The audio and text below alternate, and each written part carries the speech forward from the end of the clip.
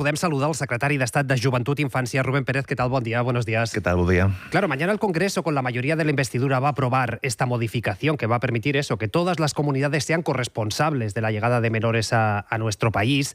Hemos visto que el decreto ya está en vigor, que las comunidades del PP lo han boicoteado aportando datos que son poco concretos, poco precisos, por decirlo así.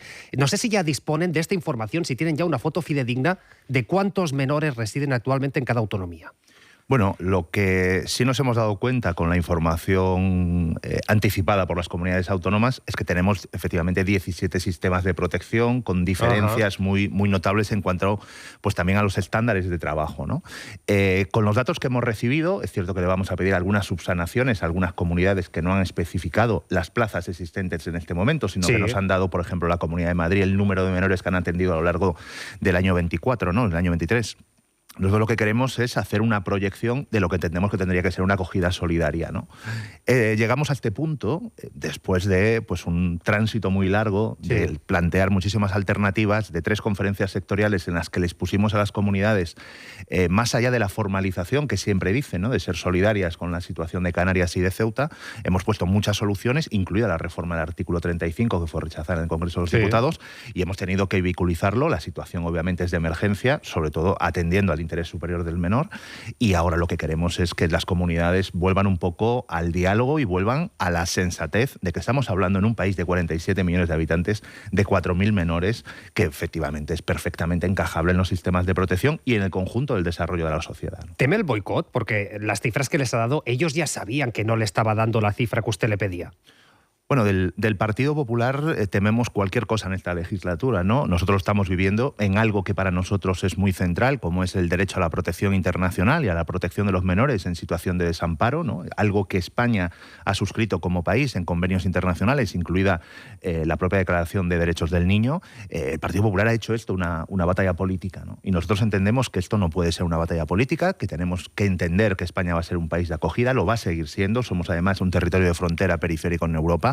Y lo que nos ha sorprendido sobre todo es que ya no hay líneas rojas en la política de oposición del Partido Popular, ¿no? Es una política de tierra quemada permanente, y yo siempre digo, en la tierra quemada muchas veces es muy difícil edificar después, ¿no? Y creemos que esto es lo que está pasando también con este tema, y por lo tanto llamamos a la cordura al conjunto de las comunidades. Otras no, otras han colaborado, incluso comunidades gobernadas con el Partido Popular han aportado los datos sin ningún tipo de problemas, pero entendemos que tiene que haber una cordura también del partido que gobierna en 12 comunidades y trabajar de una manera colaborativa con el gobierno, que es además lo que ha dicho recientemente el Tribunal Constitucional, ¿no?, que dice que las comunidades y el Estado tienen que colaborar de manera activa en la solución de esto, que para mí no es un problema, es simplemente una falta de gestión evidente en algo que es perfectamente encajable en los sistemas de protección. Claro, me decía, hay 4.000 menores en una situación de emergencia.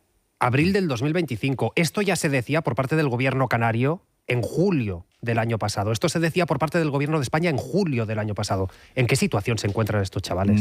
El gran debate que nosotros hemos querido afrontar de una manera sosegada desde el principio es que el fenómeno de la infancia y la adolescencia y los jóvenes que migran solos no es un fenómeno coyuntural, ¿no?, que nos hemos encontrado de manera reciente. Tiene unas progresiones muy importantes en cuanto a volúmenes desde el año 2015. En concreto, además, y yo siempre lo digo, la situación pues, de un porcentaje muy alto de menores que vienen son de Mali, un país donde a los menores son reclutados para todo tipo de milicias y donde las condiciones, más allá de las condiciones socioeconómicas que son las que fuerzan muchas veces los flujos migratorios, tiene que también una situación de conflicto. Pues en los últimos años nos hemos encontrado con que esto forma parte ya de una realidad. Y lo que no puede ser es que nuestros sistemas de protección no hayan sido adaptados a algo que ha venido para quedarse, que es el fenómeno migratorio de la infancia en soledad, y por lo tanto este gobierno lo que lleva diciendo desde el minuto 1 es que nos pongamos, obviamente, a las 17 comunidades porque tienen las competencias en materia de protección de menores en situación de desamparo, pero con la ayuda del gobierno, y busquemos un sistema estructural.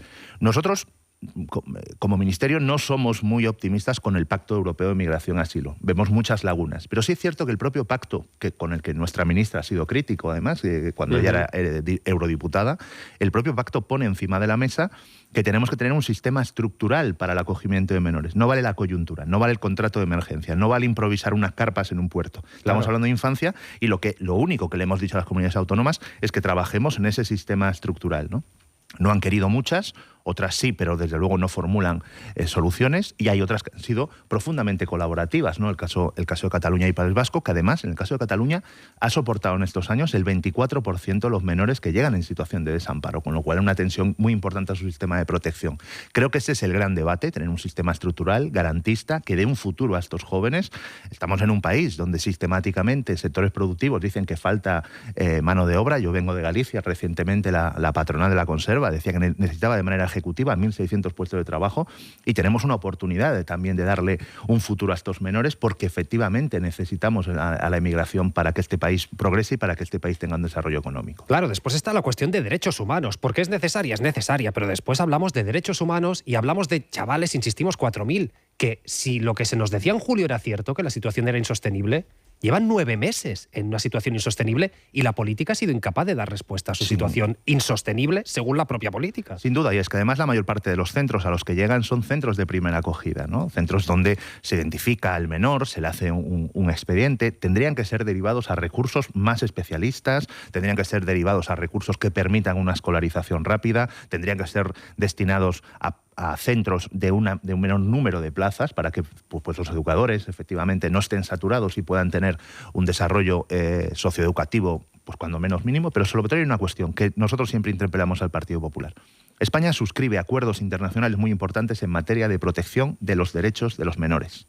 Si el Partido Popular lo que quiere decir es que nosotros establezcamos una doble categorización, ¿no? Los derechos de los menores son derechos de los menores siempre y cuando no sean migrantes en soledad. Si eso lo quieren decir, que lo digan públicamente. Estarán rompiendo cartas de derechos internacionales, estarán rompiendo cartas de derechos de protección del niño, y que se lo cuenten a las Naciones Unidas, que no quieren atender, ¿no? Ya no digo otros partidos que lucen camisetas de manera casi psicópata diciendo que se expulsa a estos menores. Un menor que llega en situación de desamparo, cualquier país europeo tiene que acogerlo, tiene que cuidarlo y obviamente tiene que darle las garantías, todas aquellas que se consideran que están dentro de los catálogos de los derechos humanos, ¿no? En España, este gobierno ha dicho que los derechos de los menores se van a en muchas facetas, ¿no?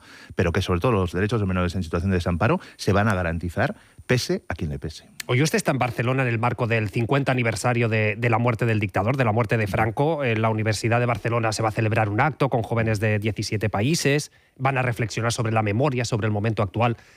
¿No existe un riesgo de que sea un acto solo para convencidos? Es decir, ¿no habría que llegar más a esos jóvenes negacionistas, a esos jóvenes que banalizan el fascismo, la extrema derecha? Bueno, nosotros dentro de este amplio programa que son los 50 años desde la muerte del dictador, hoy estaremos con la propia comisionada, cada ministerio ha desarrollado lo que considera que son unas políticas centrales para el desarrollo de políticas no solo de memoria, sino también de vindicar el pasado a derechos del futuro, lo que nosotros hemos llamado muchas veces justicia restitutiva, ¿no? El derecho también a que las víctimas sean reconocidas y que también la sociedad tenga un cambio de paradigma con respecto a cómo se han analizado los procesos anteriores, ¿no? En este congreso hay, como internacional que es, vienen menores desde Ruanda, desde Alemania, de Francia y Portugal, donde en fechas muy significadas también tuvieron una dictadura muy parecida a la dictadura del Estado español, pero acompaña una serie de medidas que nosotros creemos que son muy importantes, ¿no? Algunas tienen que ver con el ámbito educativo y docente, ¿no? Tanto el desarrollo de políticas de memoria,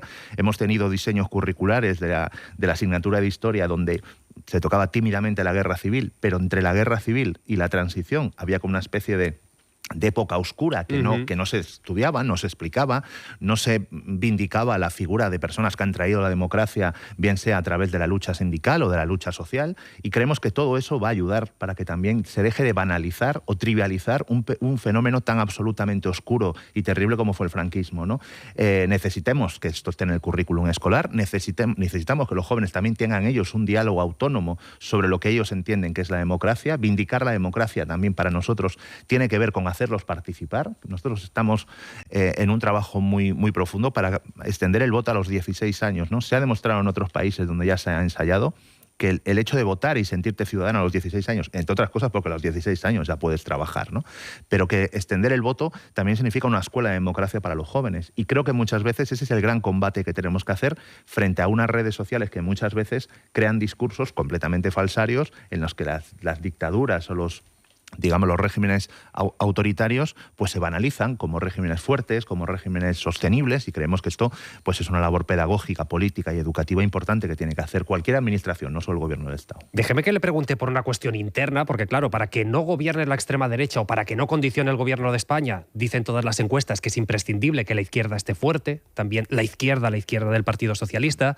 La ministra Mónica García decía esto en las últimas horas. Yo estoy un poquito harta ya de que nos digan, que me diga el señor Pablo Iglesias y la señora Montero lo que tenemos que hacer, lo que somos y que dejen de criticarnos, ¿no? En el año 2021 ya le dije al señor Iglesias que la política no era una película de Netflix. Y ahora le digo a los dos, al señor Iglesias y a la señora Montero, que esto tampoco es una piscina de bolas y que en el gobierno estamos un gobierno progresista y que estamos un poquito hartos de tener que recibir lecciones y de tener que escuchar tanto al señor Iglesias como a la señora Montero decirnos lo que tenemos que hacer o lo que tenemos que ser. Yo lo siento mucho, pero desde Más Madrid vamos a seguir una fuerza progresista, que estamos empujando también el espacio progresista, que por cierto ellos dejaron en las cenizas. Y que vamos, no parece que esté en el mejor momento. Las relaciones, Podemos, Sumar, las confluencias, ¿cómo ve el momento actual? Bueno, yo vengo de una tradición política que es la de Izquierda Unida y vengo también de una tradición política en concreto en Galicia, donde en el año 2012 ensayamos lo que fue el gran principal proyecto de unidad popular de la izquierda, que fue en aquella altura Alternativa Galega de Izquierdas, que es lo que entre otras cosas permitió pues tener 9 diputados y que en aquella altura teníamos al propio Pablo Iglesias como uno de los asesores, ¿no? En esa cultura política en la que me he movido siempre, yo siempre digo que la unidad se construye con muchas cesiones. Obviamente con muchas tensiones, pero sobre todo con muchas cesiones. Muchas veces creo que los discursos maximalistas que se exhiben en procesos previos a lo electoral, luego tenemos que reconducirlos siempre. Izquierda Unida, desde luego, en la parte que nos toca a nosotros, vamos a trabajar porque el acuerdo se dé entre toda la izquierda política. ¿Todavía confía en ello, escuchando estas declaraciones? Nosotros hemos llegado a acuerdos de coalición, cerrando a las 12 de la noche el plazo.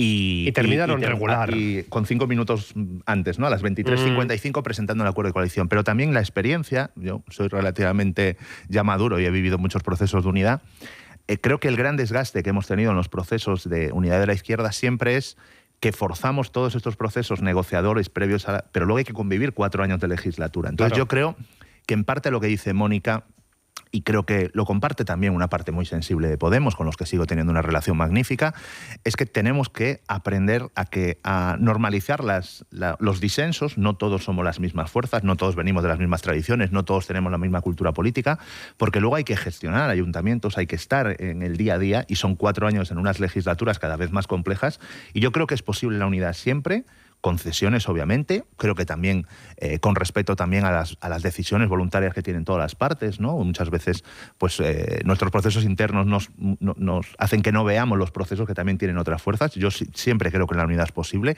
creo que se trabaja además de una manera, independientemente de que muchas veces estas tensiones mediáticas, creo que por abajo, en el encuentro de las movilizaciones, en el encuentro de la acción política, los militantes de Sumar, de Izquierda Unida, de Comuns aquí en Cataluña, de Podemos, nos estamos encontrando en una coincidencia tan amplia en lo que son las cuestiones que para la izquierda política tienen que ser ahora mismo el eje de trabajo, como puede ser la vivienda, como puede ser el enfrentamiento a un incremento del gasto militar, y creo que al final las bases son las que van a tomar la decisión, y creo sinceramente que la unidad se construye por abajo, y que la unidad se construye pues muchas veces cambiando también los paradigmas de negociación. Pues les espera unos cuantos retos en materia migratoria, en materia de acogida, en materia interna. Rubén Pérez, secretari d'Estat de Joventut i Infància, gràcies por acompañarnos. Muchísimas gracias. Que vagi bé.